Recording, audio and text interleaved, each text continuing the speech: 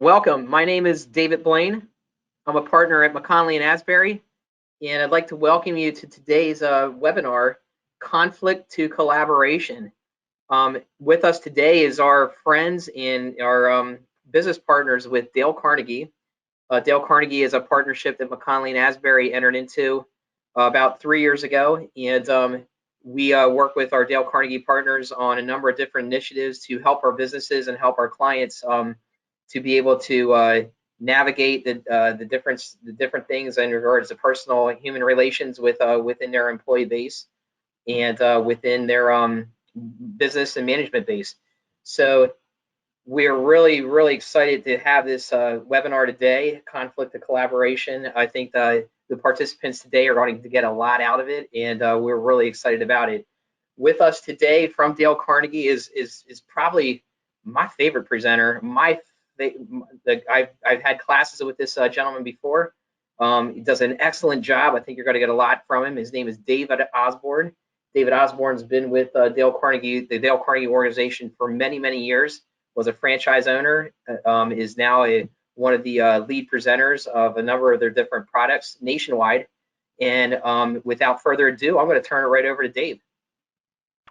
Hey, thanks so much, David. So you got the Davids here, and we're excited to have all of you here today. I'm looking over at the attendees list. We're up above 80 people in so far. So thanks for taking some time out of your busy schedule to work on yourself and sharpen the saw, as we like to say. So let's get right into it. My name, for those of you who didn't hear, is David Osborne. I've been with Dale Carnegie and Associates for 17 years. Oh, wait, just because his picture's on the screen does not mean I need to sound like him.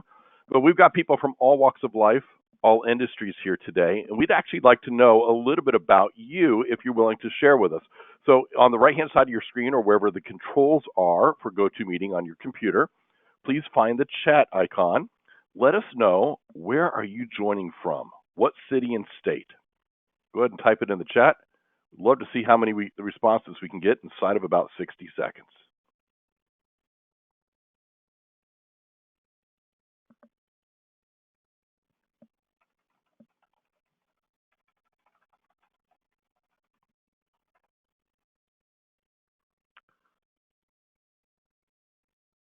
I am not seeing anything in the chat. Should I be?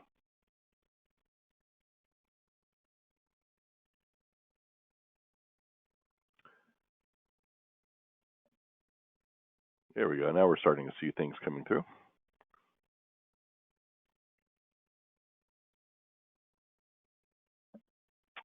Henry is our producer for today, and he is going to be helping me out by reading things in the chat. Henry, what are some of the fun things that you're seeing in that chat in terms of where people are joining from? Hanover, Pennsylvania, Hershey, Pennsylvania, home of Christian Pulisic, Harrisburg, Pennsylvania, Palmyra. Looks like just Pennsylvania.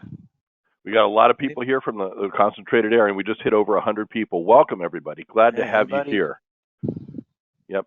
Henry's going to be my eyes and ears for our chat for today, and so I want to give him a big thank you right now. So there's not a really good way to do that, but go ahead and clap in front of your screen. We'll just pretend that we can all hear that and see it. So thank you so much for doing that, Henry. Let's take a look at what we're going to be covering together today over the next 17 consecutive hours with no bathroom breaks as we look at the effects of a global economy on a local... That's the wrong program. Hey, give us a smiley face icon. That's a colon and a parenthesis in the chat if you were worried for a split second there. There we go. We should be seeing a bunch of those coming through, right, Henry? Here at Dale Carnegie, we take our training very seriously. We also take having fun very seriously. We know that if I cut a couple of dad jokes along the way, you're probably more likely to enjoy yourself, remember what we're learning, and then possibly use it. We're here for just under an hour here today, and these are actually the three things we're trying to cover during that hour. Learning how to collaborate a little bit better in a post-COVID-19 world. As you're looking at the three things up here on the screen, which one of these three things is probably going to make the biggest difference for you if you're able to grow in it over this next hour? Please type the appropriate number in the chat. And if you haven't figured out, I like to use the chat a lot. So just getting some interaction. If you tuned in today hoping for me to lecture at you the whole time while you're multitasking, I'm sorry, not sorry. I'm looking for interaction. So we got probably lots of ones, lots of twos, lots of threes coming in the chat. Henry, if you would pick somebody who chose the number one, ask them to come off of mute and tell us a little bit about why they chose number one. How about Amanda? Yep. Hi, can you hear me? We sure Yes. can. Good to have you here. Where are you joining from? What company? Tamaqua, Pennsylvania. It's near Pottsville. Okay. And what company are you with? The Auditor General's Office of Pennsylvania. Wonderful. Glad to have you here. Why did you choose number one? I think I chose number one because I feel like now that we're not in person, it's a little more difficult to kind of get those opportunities to see where people's strengths and weaknesses may be. So that's why I selected number one. How do we work together with more synergy while we're remote? Yep. Henry, choose somebody for number two. Number two, let's go to Frank Buffington. Okay. Frank, what company are you joining from? I am also with the Auditor General's office. What are the odds? That's really cool that we got two people from the same place. Why did you choose number two, sir? I just think it's helpful to know when to ask for help and support from other people rather than always tending to doing things yourself without thinking of that option first. Oftentimes it feels like the weight of the world is on our shoulders. That's exactly where we're going today, especially with us being remote. So how do we enlist those other people, especially when we're worried about them feeling overwhelmed already too? Type yes in the chat, everybody, if you can relate to that. You're scared to ask other people to help you out because their plates are already full right now. The world has changed so much in just the last 2 years. Yep. Who chose number three, Henry? Pick somebody. Let's go with Mark Prentice. All right. Mark, which company are you joining from?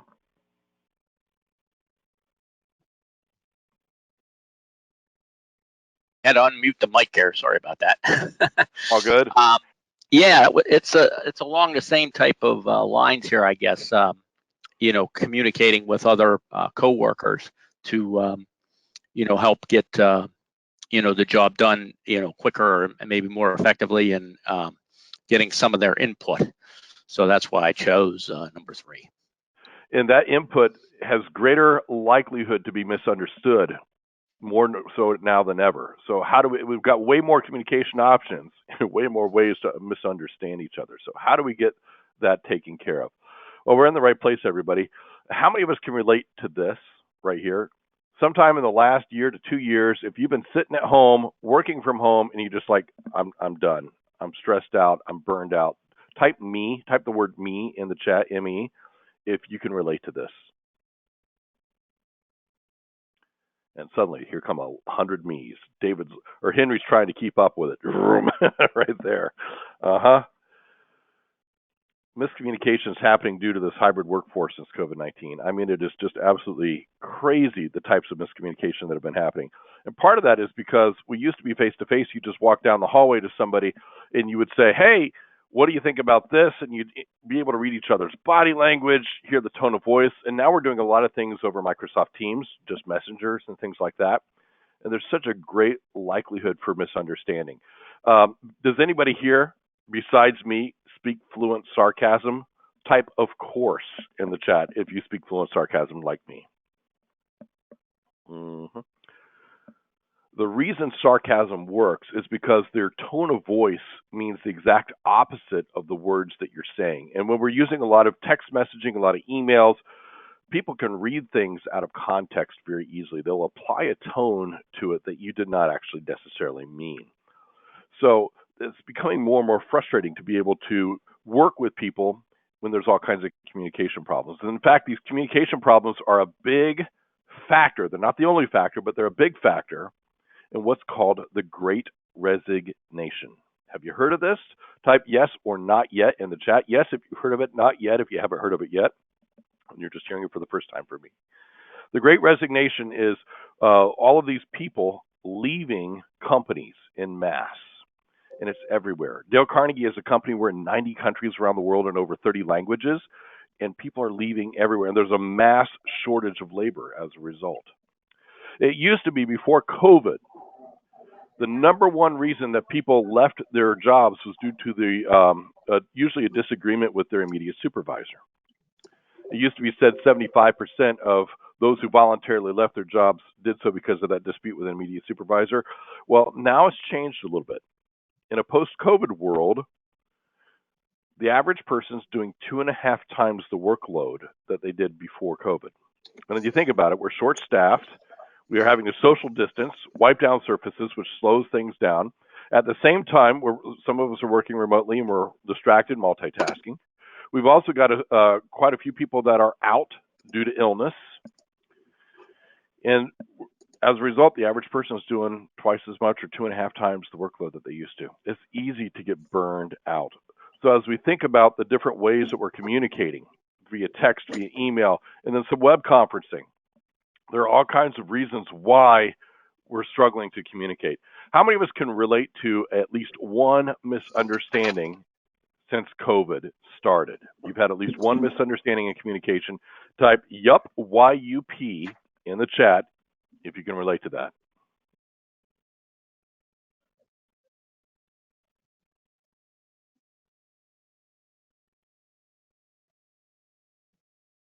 Have there been any of these misunderstandings or miscommunications that have caused you to go, are you freaking kidding me? Something that stuck out to you and, oh my gosh, I can't believe that got blown way out of proportion. If so, give us a headline of it in the chat if you're willing to talk about it. Don't write a book, just a headline. And Henry's going to pick one or two people to give an interesting headline. We're going to ask you to come off of mute, and you'll have about 60 seconds to relay it to the rest of us. So Henry's combing through those chat responses right now. We've got people typing. And Henry, pick one that stands out to you. Okay.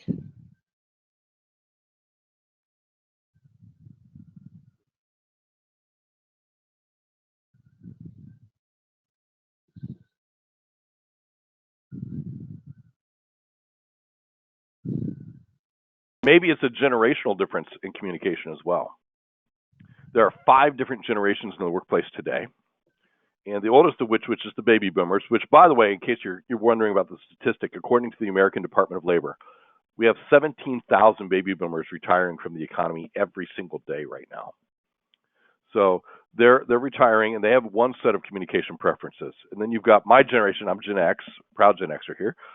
And our generation has a little bit different communication preferences. Then you've got millennials who have a different communication preference. And then you've got what's called Gen Z or Gen Z, and they have a different communication preference. So sometimes that helps too. Go ahead, Henry, and call on somebody to tell us a little bit more, an example of one of the things they put in the chat. How about David?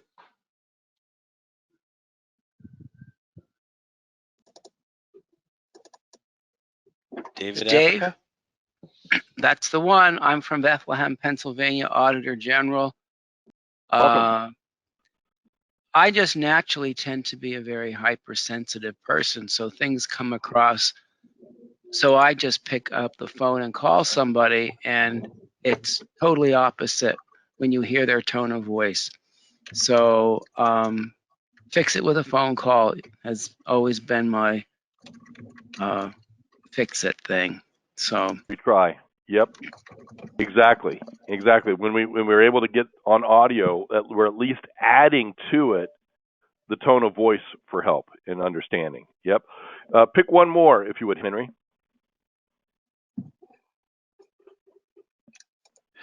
How about John Swierczek? Okay. John, are you be able to come off of mute?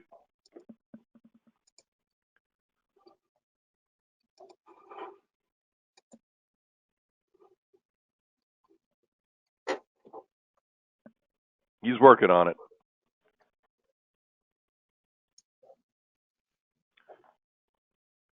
He may be struggling just a little bit. Let's try one more. I found it. Oh, you found it. Go ahead. Yeah. definitely the phone call is one of the better ways to clear things up quickly,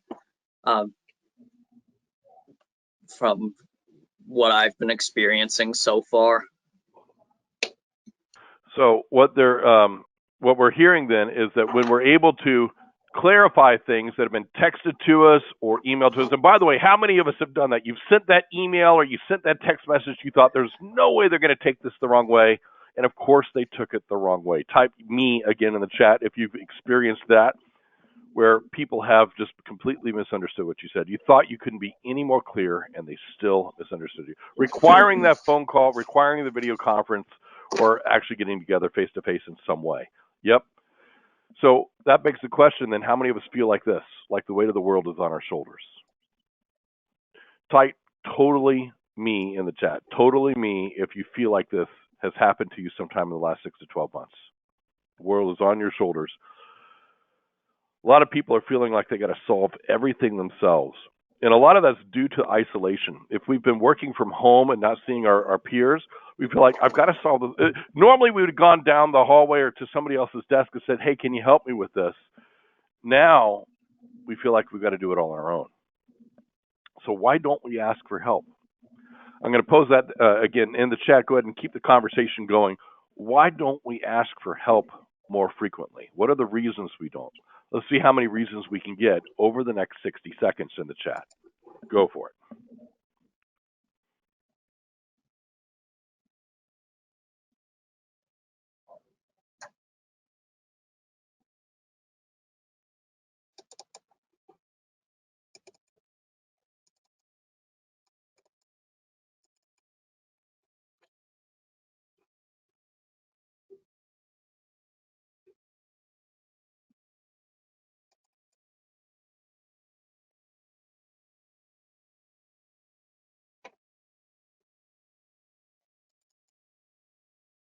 Henry, what are some of the things that you're seeing that are common threads? They seem to keep coming up over and over in that chat. People say they call them first.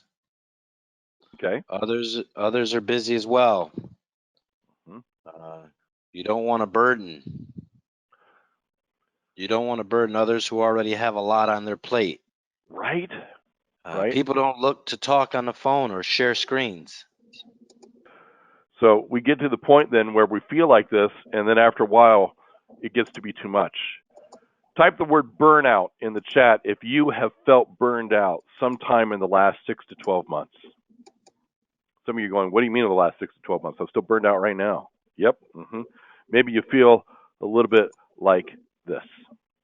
You just can't even. Some of the younger folks here today are like, yep, I know exactly what that is. Some of you, for those of us who are my age, a little bit older, that's can't even what? No, you just can't even. Can't even anything. It just feels like that, the burnout.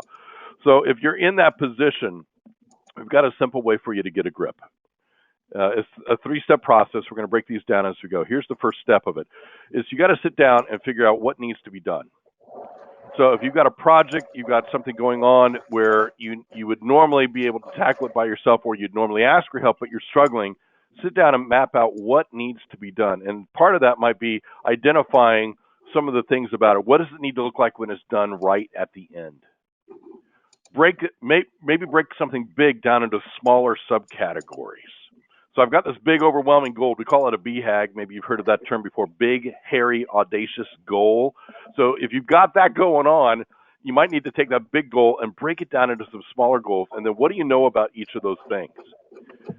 Then you can start to request for help. And I'm going to show you a little bit how to do that right here. You need to ask yourself these 6 questions. Now, if you're following along in your participant manual, this should have been emailed out beforehand. It's also available electronically. We are on page number, we've just passed page 5. Page 6 are reasons why we would need to ask for help, but now we're on to page 7. And page 7's got the process up there, and we're breaking things down a little bit. Page 8 has got these questions I got up here on the screen. So what is the situation you're going through? In fact, you know what? Rather than lecture this to you, Henry and I are going to role play it. And Henry has no idea. I'm putting him on the spot totally. He has no idea I'm going to call him to the carpet to do this.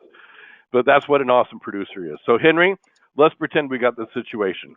The situation is I need you to drop everything you're doing tomorrow and work on a program with me. And the reason I need you to do that is because you're an expert in GoToMeeting, and the program that we're going to do tomorrow is on GoToMeeting.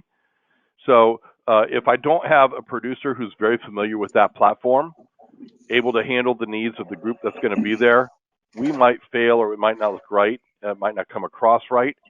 So I know that you will will compensate you handsomely for it, and we'll give you a lot of credit and glory for you, make you look like a hero back to your company. How does that sound to you? Sounds great. So actually, I have plans. Okay. So is it possible for you to reschedule those plans so you can work with me on this, because you're the only one I know who could possibly fill this role? Sure, David. Sure. Well, let's agree then that what we'll do is we'll meet tomorrow morning at about 10 o'clock in preparation for this webinar that's going to happen in the afternoon, and then we'll get together about 2 o'clock. How does that sound to you? That sounds great. I'll have to do some shuffling around, but it sounds great. Some of y'all listening right now, and you're going, he was not prepared for that at all. No, I put him totally on the spot. So give him a virtual round of applause. Go ahead and hold your hands up to your computer. He's probably not hearing it, but he'll picture it. Picture 100 people giving applause right now, Henry. There you go. Thank you for helping out. What we've did is I've asked myself these questions, especially these first 5 questions. I asked to myself in my head, maybe I write them down before I ever approach somebody. When I do approach somebody, I've got to ask them, this is what I specifically want or need from you. This is why it's important. What happens if I don't get the results? And then what's in it for them? Once they agree, then we go to our agreement. So in the chat, you're probably pretty decent at thinking about 1, 2, and 3 on your own, and maybe even verbalize that to other people. But steps 4 and 5, I'll bet you are a little fuzzy. Am I right? Which of these steps up here on the screen is the most challenging for you to remember to do? Go ahead and type that in the chat right now. You can only choose one. Which of these steps up here on the screen, these questions, is the most challenging for you to remember to do when you're asking other people to help you out?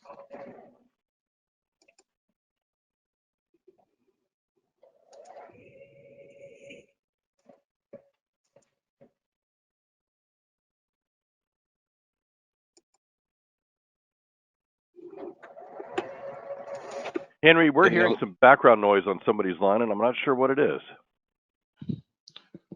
We're getting a lot of 5s. 4s are starting to catch up. Yep.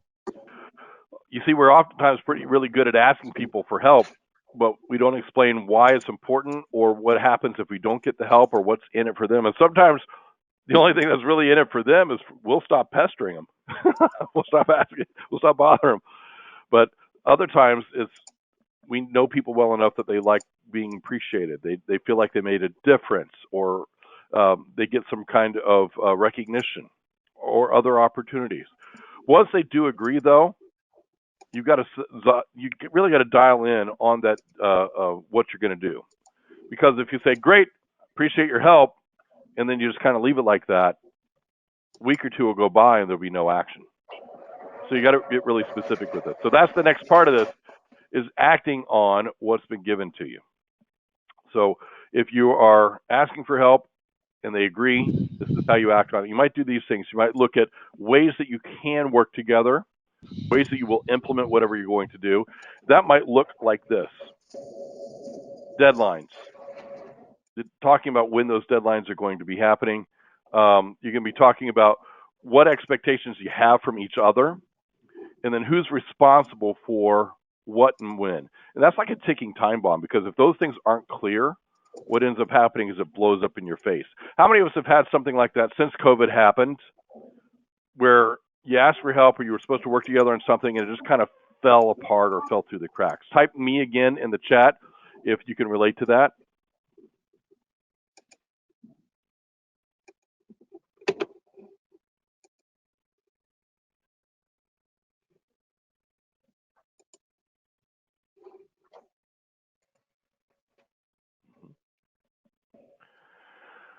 So one of the ways that we can identify who's going to do what by when and manage those expectations a little bit better is through the use of SMART goals. And you're like, wait. And collectively, 100 people rolled their eyes. Really? SMART goals? Type SMART in the chat, S-M-A-R-T, if you've heard of SMART goals before. It's not your first rodeo. You've heard of these before, right? This is Carnegie's version of it.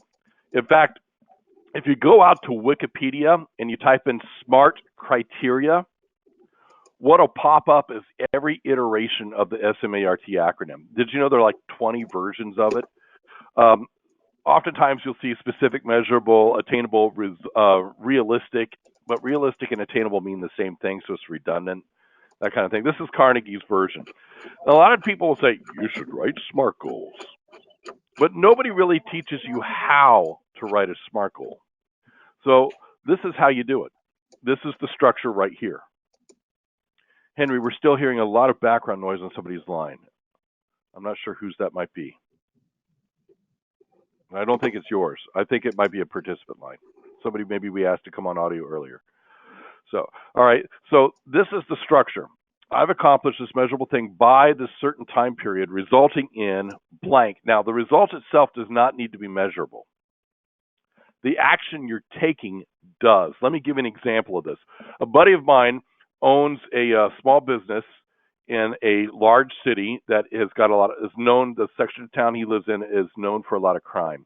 Every year, his place of business gets vandalized and broken into like 2 or 3 times. So I asked him, I said, what is your goal for this next year?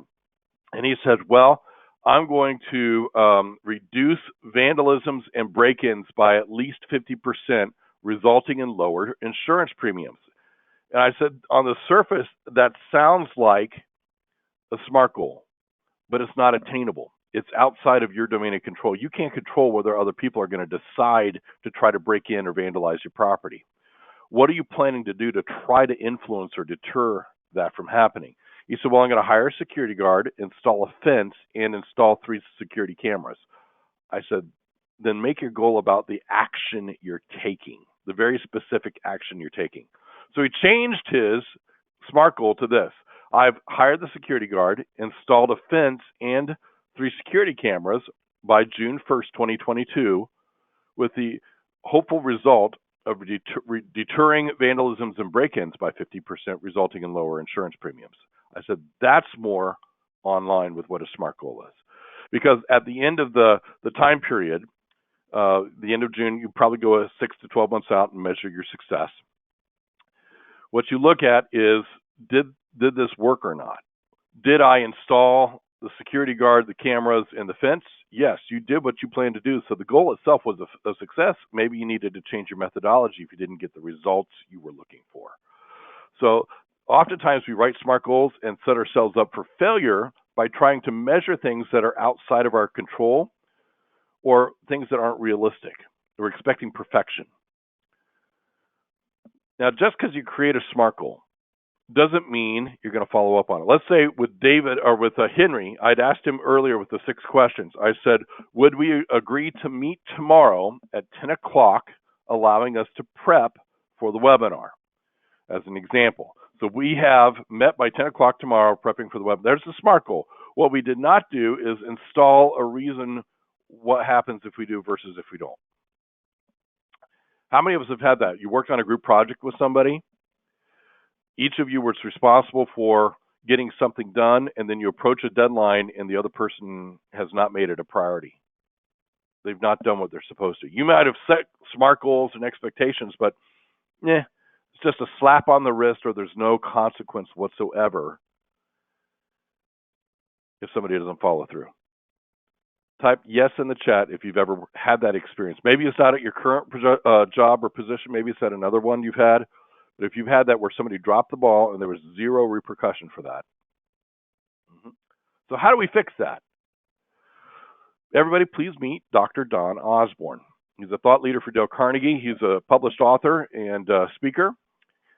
He is semi-retired now. His most recent book is You Can't Fall Out of a Hole. You'll find it on Amazon.com. It just came out in December. And he's also a clinical psychologist, psychotherapist. He's my father. And that means I got away with nothing as a kid. Both my parents were counselors. I remember being 8 years old and screaming at my mother, "You make me mad!" And my mother very calmly said, "David, I don't make you anything. You choose to be mad." And I went, "Ah!" Now that I'm in my mid-40s, I understand a little bit about what they're talking about. But Dr. Don Osborne contributes this. This is basic psychology. He says, look, just because you create a goal doesn't mean you're going to follow through on it. You have to have, at the same time you create the goal, a pre-agreed upon rewards and consequences system. So if you succeed in doing the goal by the deadline, what's the reward? And in most business cases, that reward is you're going to get either formal or informal recognition, some praise, thank you, or it's the opportunity to do additional programs or additional projects or additional things. You're on the scale for getting promotions or getting more opportunities. That's usually the reward. The natural consequences of not following through on a goal, oftentimes there are opportunities are taken away from you.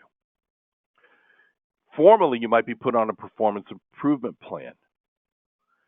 There might be other reprimands. One of the most humorous, or not humorous, but more trivial consequences that a team came up with. They said, hey, we've got a project due on Friday next week. So, John, you're going to do this part of it. Alyssa, you're going to do this part of it. Steve, you're going to do this part of it. We're all going to get together on Wednesday, assemble our parts of the project so that it's ready to go on Friday. And we all agree that if any one of us does not show up on Wednesday with their part, they're going to have to stay working either at the office or at home that night until the project, that part of it's done. They can't hold everybody else up. And if we happen to be face to face, that person has to buy us dinner or coffee. Would we all agree on that? And they all agreed on it. Sure enough, on Wednesday the next week, Steve was lagging behind. He didn't have his parts together. They all agreed, Steve, you're buying us coffee. We're going to order Starbucks delivered, and you're going to work on your part of the project. We got to have this thing ready to go. And because it was pre-discussed and they all agreed on it in advance, he wasn't surprised. He was ready for it. Managing expectations with a pre-agreed upon rewards and consequences system means everything. So here's the deal. Let's go back to the 6 questions that I'd asked of myself and started to go through with Henry. Henry, I said, I need you to drop everything you're doing tomorrow and work with me on this project. And I told you that you're the only one who can help me with this. And if we don't get these results, we might lose the opportunity of the client. So what's in it for you is we're going to compensate you handsomely for it to make up for anything that you're having to put off tomorrow. And at the same time, we're going to make you look like a hero. So those are the things I said to build up to Henry. And he said, yeah, I'm willing to do it. So I said, will we agree that we'll meet at 10 o'clock tomorrow and prepare for the meeting? And he said, yes. The reward for that is we'll walk into the meeting, we'll be prepared, and we knock it out of the park. And Henry, if it goes well and we get the deal as a result of your help there, I'm going to buy you dinner. He's thinking, dang, I like steak, yeah, fine. And if you're not able to make that meeting, if we aren't able to go in prepared and or you're not able to do it, I may have to find somebody else to ask in the future. Give them those opportunities. Would those be realistic rewards and consequences? Henry, what do you think? I think that would be. Okay. So when you're asking people to help you out or you're trying to collaborate with each other, are you building things out this way? We've done this by this date resulting in blank, and here's the logical reward and consequence. We do a lot of this stuff in our head, but we never actually formalize it. We don't write it down, or we don't talk about it. We just kind of assume each other does it. And that's there's always a danger in assuming, right? So we've got to be able to be more functional or formal as we're doing this. I will be the first one to tell you, I don't like formal. I'm an informal guy. Having a process that's a little bit more formal helps, but I'll deliver it in an informal way. Hopefully that helps you out. Because ultimately what's going on is we're trying to reduce miscommunication as we're trying to work together. I love this. Karen Martin said this. Why don't you read it to yourselves for just a moment.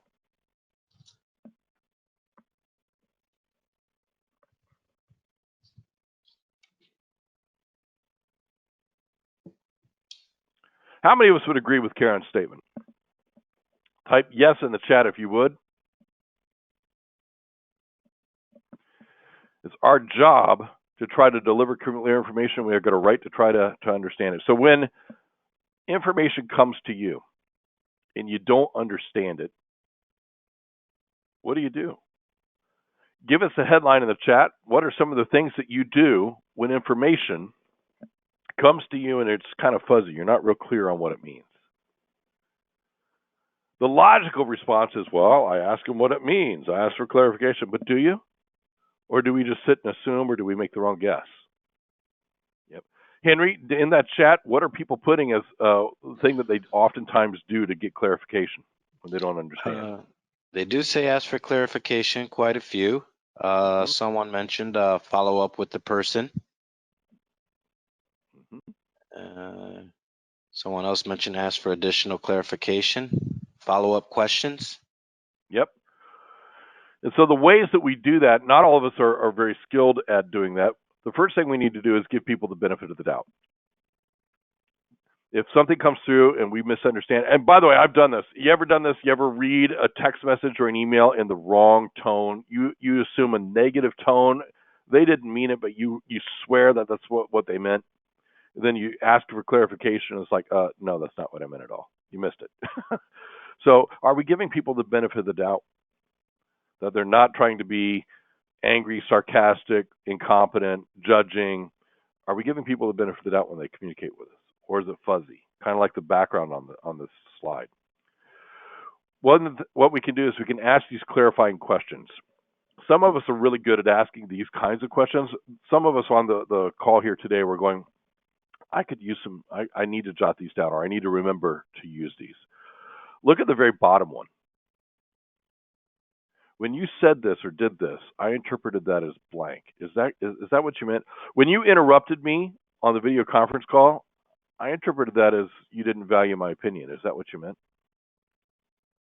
Most people go, oh, no, I meant this. When you said this about this other person over here, I interpreted that as this. Is that what you meant? Oh, yeah, okay. So being able to get some clarity. These are basic tools that we are easy to understand. But how many of us would say that in the last 30 to 60 days, there's been a time where you should have used one of these bullet points and you didn't? Oh man, type oh man, O-H-M-A-N. Like, oh man, yeah, you're right, in the chat, if that's you. Seeing a few of those coming in, Henry? Yes. Yep. Additionally, what we could do is we can say, hey, tell me more about what you're talking about. Give me an example. Help me understand this. We've all heard the expression, we need to seek to be understood before we seek to understand ourselves. Give us another smiley face, that colon with the parenthesis in the chat if you've heard that before. We need to seek to understand before we seek to be understood. We don't do it real well, do we? We oftentimes listen for responding. And I'd give you a quick example of that. How many of us think we're pretty decent listeners? Type I am in the chat or not yet.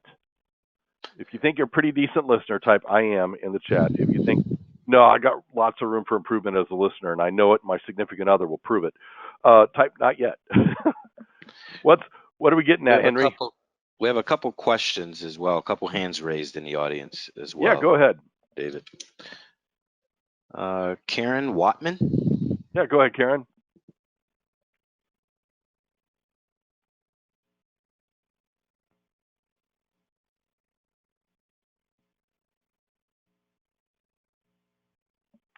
Not hearing you yet, Karen.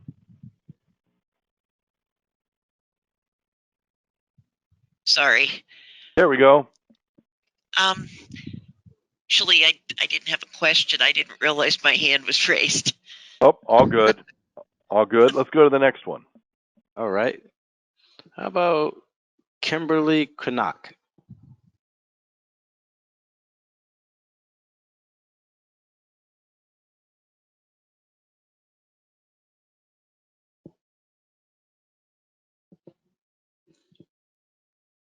No question. I'm sorry. I said that I have a lot of improvement on listening because generally I'm half listening and usually typing an email and possibly have my phone on speaker and I'm reading something all at the same time. And there's going to be a fall that occurs when I'm in that position. So I know it's up to me to solve that, and I need help with that. Okay. So what I just heard is that listening is an opportunity for many of us, oftentimes because we've got multiple things going for our attention, and we're getting Henry, if we could go ahead and mute the person who was just speaking. There we go.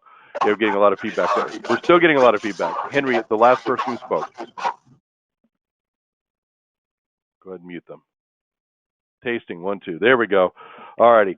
Yeah, we were hearing is that we've got a lot of distractions and we're multitasking, which makes it hard to listen. So we've got quite a few people who said, hey, I feel like I'm a pretty decent listener. We've got quite a few people who said, no, I know there's some room for improvement. Let's take a simple listening quiz to find out if there's room for improvement.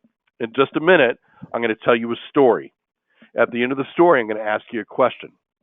And I promise you, this is not a trick. The answer to the story, the question I'm going to ask you is in the story. And if you've heard a variation of this, please do not ruin it for other people, all right?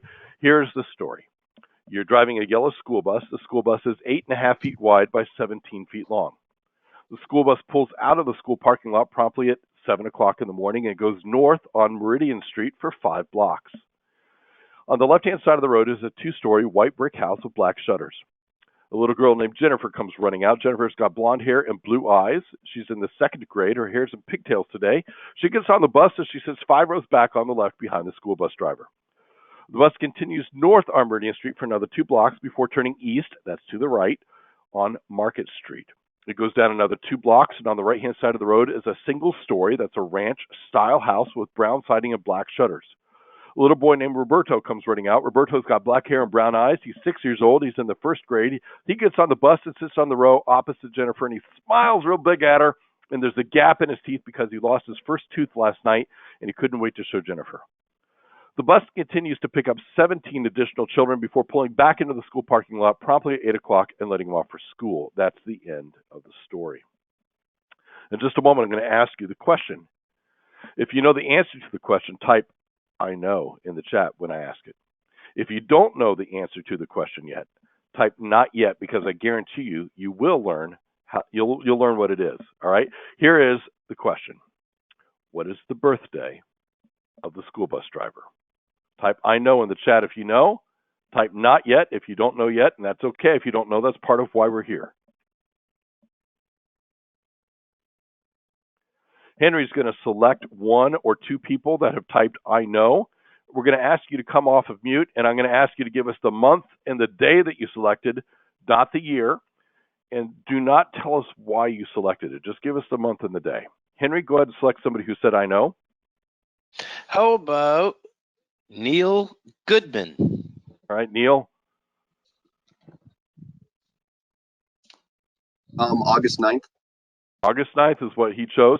All right, select somebody else, if you would, Henry. Let's see if they came up with the same date or something different. Let's go with Jenny Hillner. All right, Jenny, go ahead and come off of mute. What date did you select? March 3rd. March 3rd. That's a very different date than the August date. Let's go to one more. Henry, select one more person. John Jones. John Jones. Which date did you come up with? March 25th. So also in March, but March 25th, which wasn't too long ago. And I'm going to keep John on the line here. John, why did you choose March 25th? Because I was the school bus driver. Does that mean that March 25th is your birthday? Absolutely. Now, how did you know that you were the bus driver? Because at the beginning of the story, you said you are driving a bus.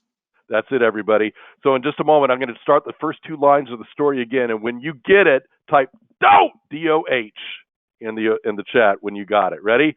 You are driving a yellow school bus. The school bus is 8.5 feet wide by 17 feet long. Oh, did you get it this time? If you did not get it the first time, by the way, don't feel bad.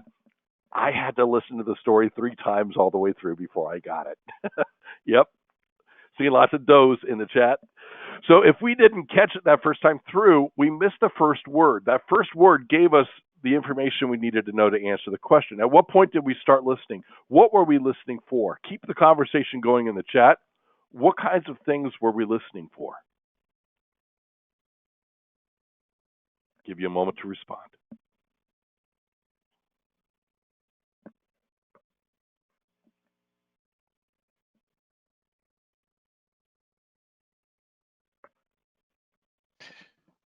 Barbara says there's lots of details in this story, streets and kids' names. Yep.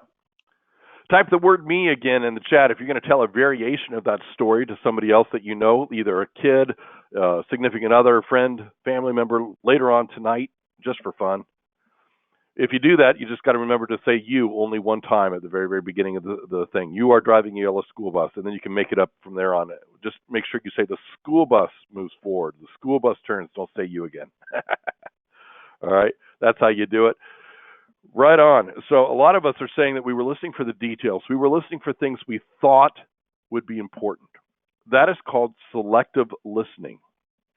That is the opposite of listening to understand first. We've just modeled the opposite of that. Oh my gosh. So one of the things that we could do is when we realize we're missing something, some information, use what we have up here on the screen. What I heard you say is this, is that right? No, well, tell me more. Help me understand that. There's no shame in asking for that clarity. You deserve that clarity. Once you've got an understanding, you need to evaluate success. Do we understand what we're doing? So we feel overwhelmed, we're framing things out, we got agreements for help, we're acting on it, we're implementing, and now did we get success or not? And so there are a lot of times things that we would implement to follow up and evaluate. In fact, this program right now, you're going to get a survey when the program's done that helps you identify, or helps us identify, did we hit the mark? What do we need to continue to remember to do? What do we need to start doing that we didn't do? What do we need to stop doing that didn't work? So you always need to get some kind of follow-up or evaluation in on a collaborative project. But don't forget to celebrate even the small successes.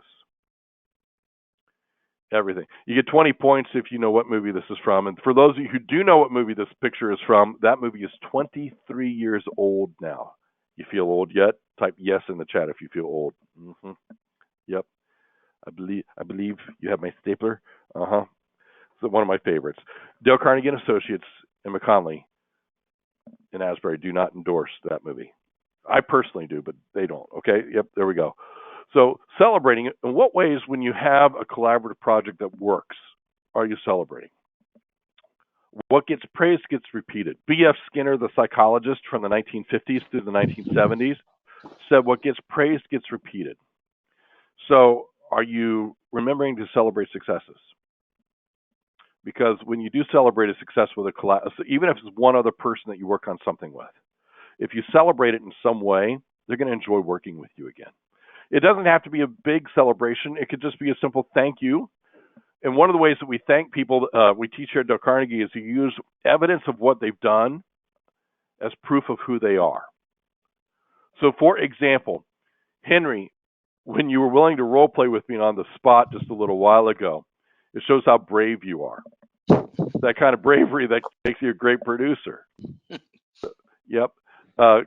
We've got another person here by the name of Catherine Parsons. She's been running around trying to coordinate a bunch of things. It's like spinning the plates on the sticks up in the air. She's been really wonderful trying to keep all those plates from falling and breaking on the ground here this last week. Catherine, I can tell you right now, just because you and I work together, I think every day this week, that you have a wonderful sense of dedication. You're responding to emails even after hours and things like that. That shows how dedicated you are. See, I'm citing what the person has done or said as proof of who they are. Sometimes that's all the small success that you need. You're celebrating in some way. Other times it could be, hey, let's get on a Zoom call and have pizza and a beverage of our choice and just sit and talk about how awesome it was to have that done, or the response to the project. Whatever it is, it makes working on projects and with each other a little bit easier. Because right now, since COVID, everything feels isolated. If you can get on webcam with somebody, even if they're remote, especially when they're remote, help them feel like they're human. Get that webcam turned on.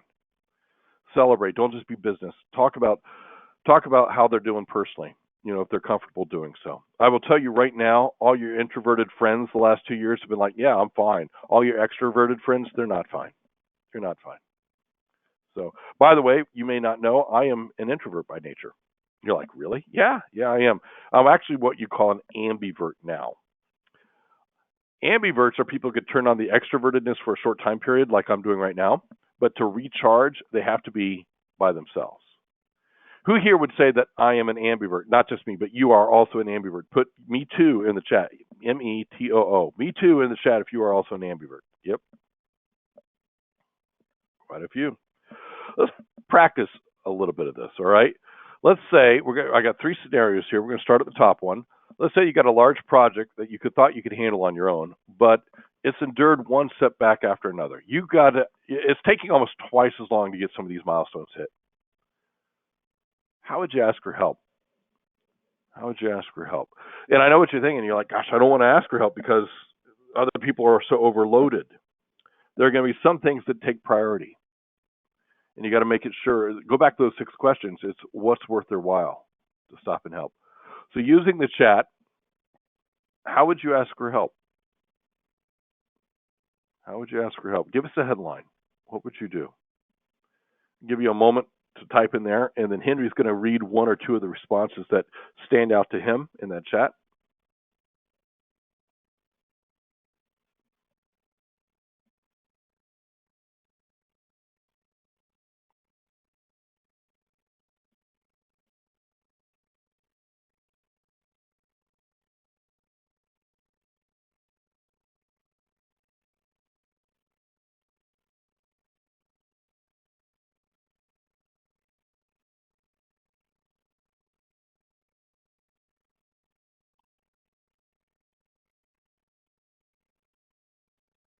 Henry, what are you seeing?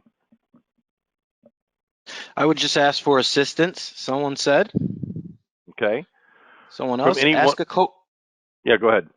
Ask a coworker who may have been in a similar situation before. Yeah. So who said that one? Can they come off of mute and tell us a little bit more? John Swierzek. All right, John, welcome back again. Can you give us an example of a time you've done that and how it turned out for you?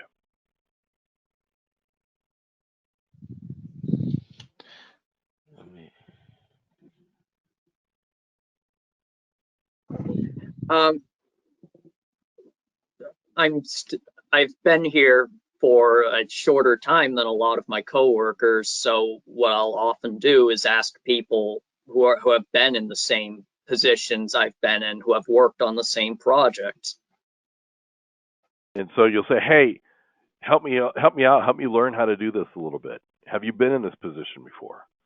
Yes. What did you do to solve it?" And even, it's not necessarily asking people to drop everything they're doing and do the project with you or for you. It's sometimes just asking for help by giving advice. Yeah. Yep. Let's go to one more. Henry, pick one more person. How about I would ask my boss and give him the responsibility to assign someone to the project with me. Oh, that results in somebody being voluntold to help. But at the same time, the boss probably knows the workload of what's going on, or hopefully they do. So, yeah, in that kind of situation, we can say, hey, who's available? Sometimes we need to go back and say, hey, boss, help me clear somebody's plate a little bit so that they can help with this. Let's go to the second example up here on the screen. A project that was supposed to be between you and somebody else is falling behind, and the other party just doesn't see this as a priority, even though the deadline's looming. That never happens, by the way. Type "oh yeah," OH, YEAH, exclamation point. Type "oh yeah" in the chat if that's happened to you sometime, and maybe it's not your current role, but a previous role or previous company. This is usually happening between departments. So my department's working with another department on a project. So what you've got to do is you've got to use that 6-question method to help people re-engage. Again, that 6-question method is found on page number 9 in your participant manual. Which question, looking at page 9, which number, just type the number in the chat, don't write the whole question out. Which question is probably going to make the biggest difference in trying to pull that other party back in and get them engaged? So type the number in the chat. Is it going to be asking them why they need, or reminding them why we need the results? Is it going to be the impact if we don't get the results? What's in it for them? What do you think? Henry, what's the trend? What number? What question number is coming up?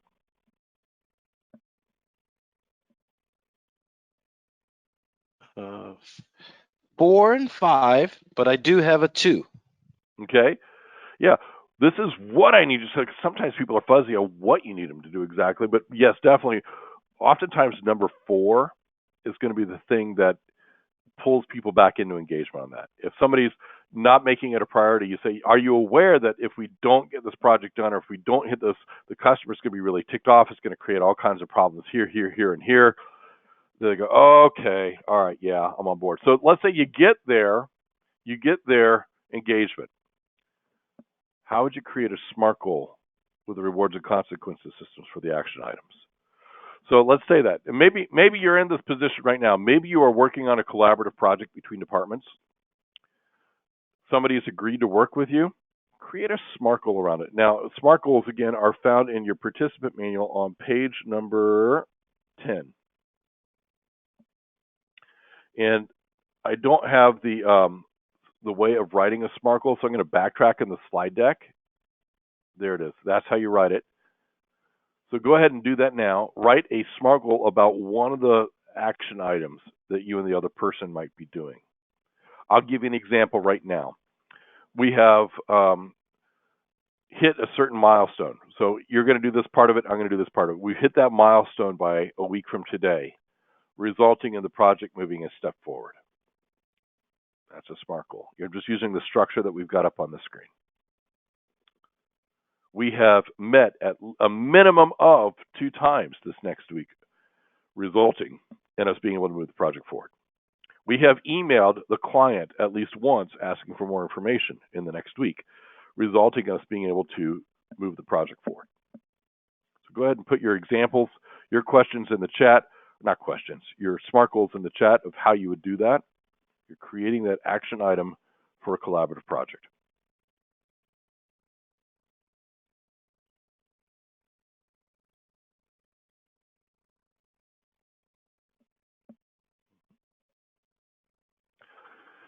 And the appropriate rewards and consequences. Let's keep those. Let's add those in there as well. If you succeed, let's say you're working on a cross-department project, you and somebody else from another department.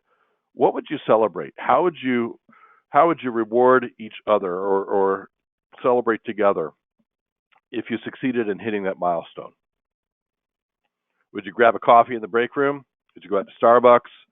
Would you just say, hey, when you did this, it shows how professional you are, or shows how accomplished you are, you know, using that attaboy or attagirl statement? What would you do to celebrate? And then what's the consequence if you don't? Consequence is we might miss this deadline, that we lose the client, and that's going to result in both of us losing opportunities.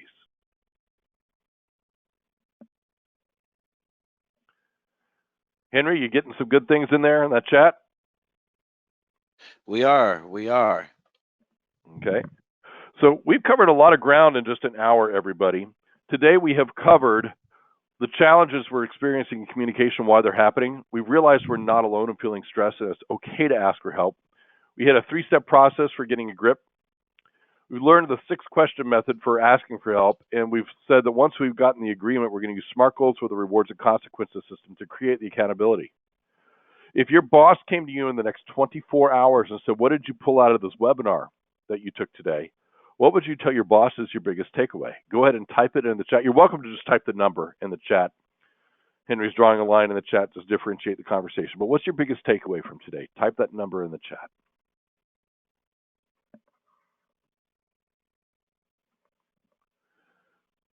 Thank you. We have a couple of small housekeeping things to do before we turn you loose here at the top of the hour. We do want to let you know here at McKonly Asbury, we are running these monthly webinars as a service to you, and we want to say thank you for being part of it, and we're hoping that you're pulling value out of them. And that we are varying it up as to what we offer each month. Today we're focusing on overcoming some of the challenges in our communication, to moving more into collaboration. Next month, we're going to be looking at HIPAA compliance, and that'll be offered on May 26th. And I believe we have a couple of small announcements from those at McKonly and Asbury, and then I'll give us our parting thought, and we'll wrap it up for today. And I believe everybody's going to get an evaluation form emailed to you. The average person takes just a couple minutes to fill that out. Thank you so much in advance for letting us know what we did well and what we could do to make our programming even better for you moving forward. It's been an honor to be your facilitator for the last hour. It's our hope to see you in another Dale Carnegie program in the not-too-distant future. If you have questions or comments, I'll stay behind for a little bit after the webinar ends for those who may have them. If you need to take off after the announcements here in our parting thought, you're welcome to do so. Henry, what announcements need to be made? At the end of the webinar, we would highly appreciate it if you were to participate in the end of webinar survey. Yep. That would be greatly appreciated. And as always, we appreciate your time. Thank you, David. Sounded great, did great, great participation, and some really good answers today. Very good. Thank you so much. Our parting thought comes from the founder of the company that I work for, Dale Carnegie. He said, the successful person will profit from their mistakes and try again in a different way. And as we're learning to collaborate through technology that is always changing, in a world that is always changing, let's not forget to learn and try in a different way. On behalf of Dale Carnegie Associates, on behalf of McKonly and Asbury, and on behalf of your respective companies, thanks for joining us today. It's our hope to see you again next time. Questions, stay behind. Type them into the quick Q&A. I have about 5 minutes for questions. Who has the first question?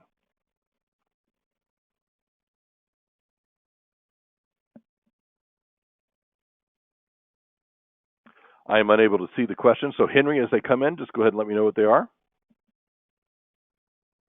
No questions as of yet.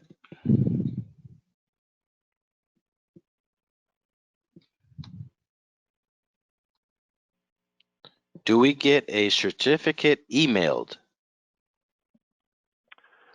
To my knowledge, this was not a certificate program. Anybody else on the administrative staff here for the webinar have any indication one way or the other?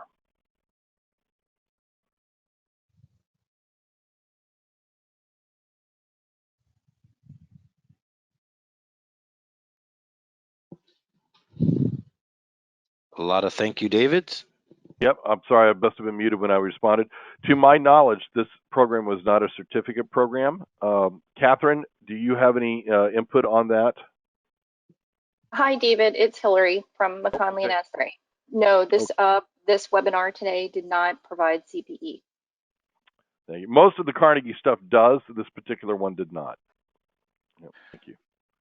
Someone is asking, where is the survey? The survey will pop up after we've ended the webinar. So David has been kind enough to stick around for a couple questions. After that time has elapsed, then you will get the survey. Thank you so much. Who has the final question for today?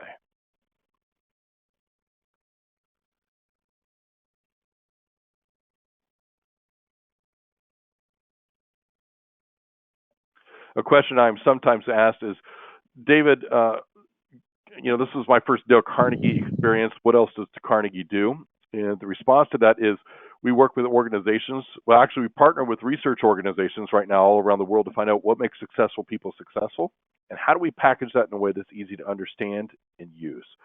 So our 5 core areas of focus are in developing better relationships, employee engagement, those kinds of things, developing leadership capability, presentations effectiveness, sales and sales management, and lastly is customer service. So we deal in those 5 core areas of soft skills. We are the only soft skills company in the world that is ISO 9001 certified, and many of our programs do qualify for college credit or CPEs. Not all of them, but most of them do. So if you'd like more information on Carnegie programming, please type yes in the chat, and somebody from our offices will get to you sometime in the next business day or two. Thank you so much. Again, our parting thought comes from Dale Carnegie. He said, the successful person will profit from their mistakes and try again in a different way. Make it a great rest of your day, everybody. God bless you. Thank you so much.